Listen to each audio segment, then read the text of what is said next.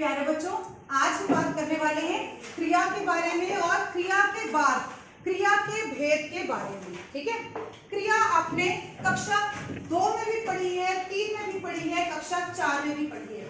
अब आप हैं कक्षा 5वीं में, तो अब आपको पढ़ने होंगे क्रिया के भेद भी।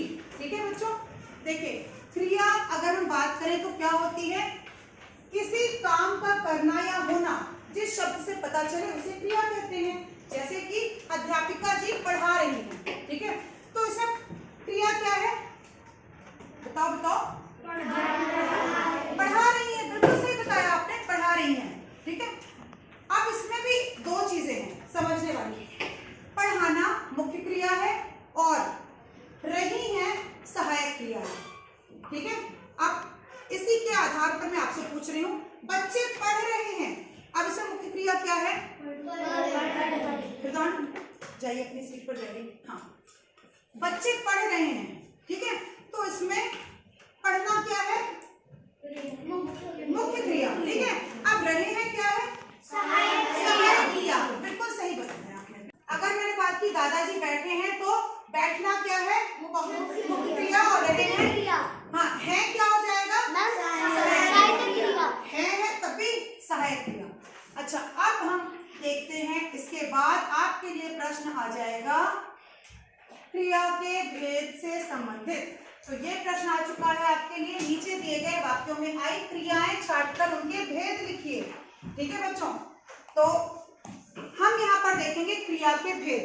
तो देखिए बच्चों, क्या लिखा है यहाँ पर, कितने क्रिया के भेद लिखे हैं? दो लिखे हैं, याद रखेंगे सभी। पहला भेद है अकर्मक क्रिया, दूसरा है सकर्मक क्रिया। अ मतलब होता है बिना और स मतलब होता है साथ। तो जो कर्म के साथ क्रिया होती है, जो कर्म के साथ क्रिया होती है वो होती है सकर्मक क्रिया, और जो बिना कर्म के होती है वो होती है अकर्मक क्रिया। ठीक है, अब भाई ये तो पता चल गया मेरे बच्चों को, आ जाइए जल्दी जल्दी आइए। लेकिन अब ये कैसे पता चले कर्म क्या होता है? बिना कर्म के, भाई कर्म बार बार आ रहा है, तो ये कर्म क्या होता है, क्या किसी को पता है? चलो जानते हैं। एक वाक्य लेते हैं उदाहरण में, राम पत्र लिखता है। ठीक है, अब इसमें बताइए बच्चों, ये राम क्या है?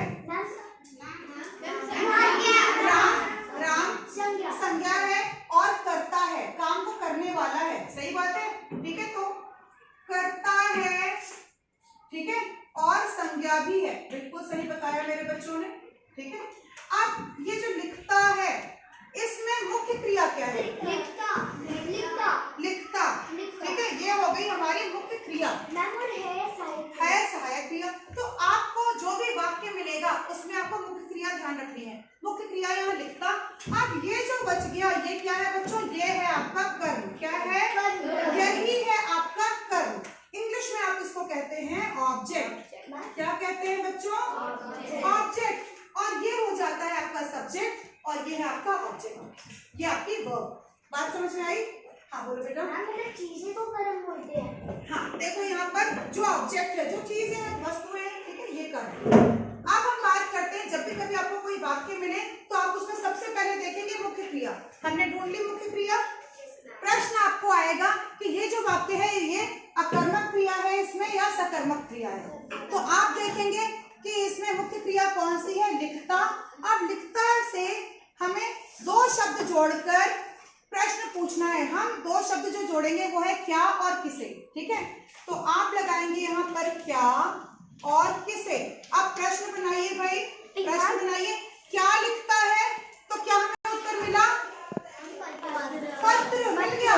तो जब हमें उत्तर मिल गया क्या लिखता है, पत्र लिखता है, तो यहाँ पर ये हो जाएगी सकर्मक क्रिया। कौन सी हो जाएगी? सकर्मक क्रिया। शाबाश। एक दो उदाहरण हम और लेंगे, बस उसके बाद आपके लिए गृह कार्य आ जाएगा। अगला प्रश्न, अगला हमारा वाक्य है, सोहन गीत गाता है। आप इसमें सोहन क्या है हमारा? करता है और संज्ञा भी है। और गाता, मुख्य क्रिया क्या है? गाता। अब इससे हम क्या शब्द लगाकर प्रश्न पूछेंगे? क्या और किसे, इनमें से कुछ भी उत्तर मिल जाए हमें। तो क्या गाता है, बताइए। सोहन क्या गाता है? गीत। देखो